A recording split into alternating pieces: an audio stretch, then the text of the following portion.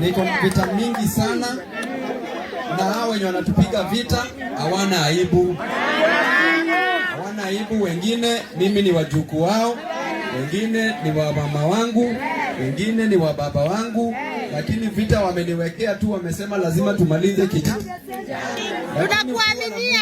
Hao ndio watamalizika. Tutapiga kwa magoti yetu.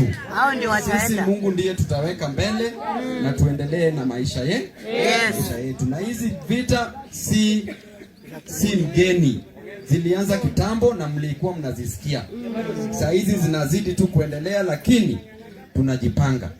Siku moja huwa nawaambia, mtakuja mfanye nini State House?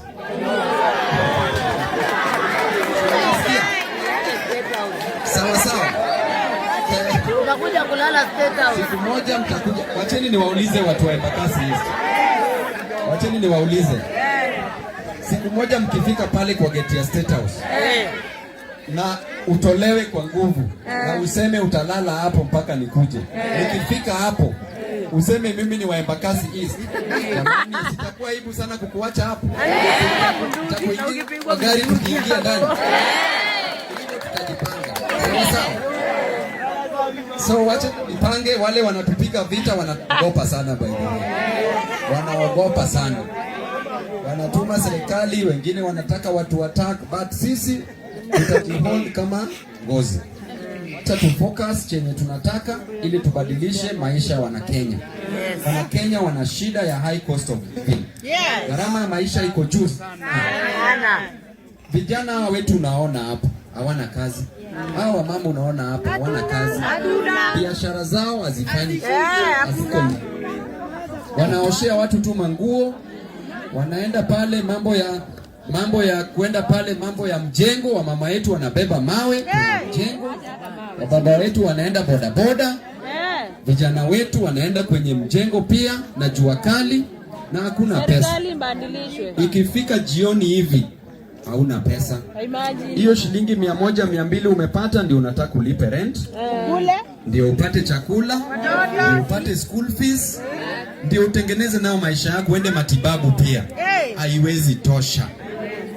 Lakini siku moja mtapata, Mwenyezi Mungu atawasaidia.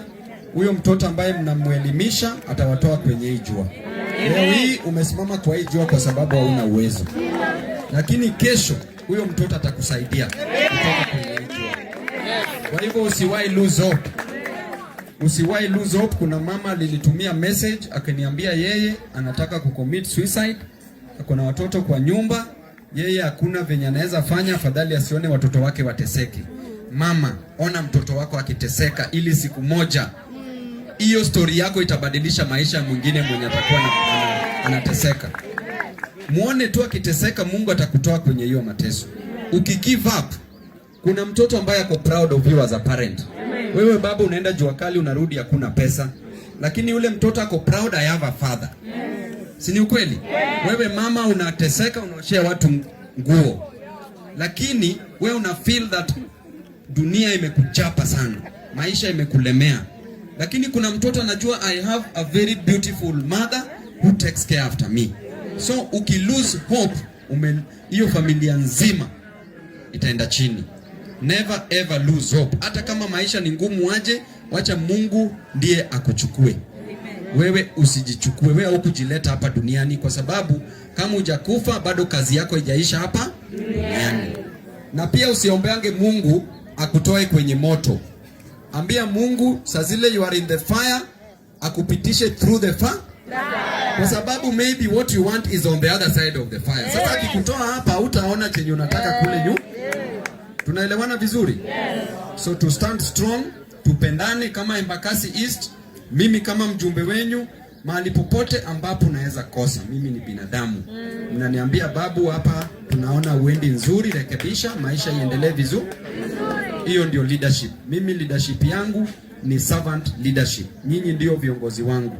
Mimi sio kiongozi wenyu. Nyinyi ndio mlisimama pale Donholm Primary School. Si ni kweli? Na mkasimama Greenspan, na mkasimama pale Catholic Pefa.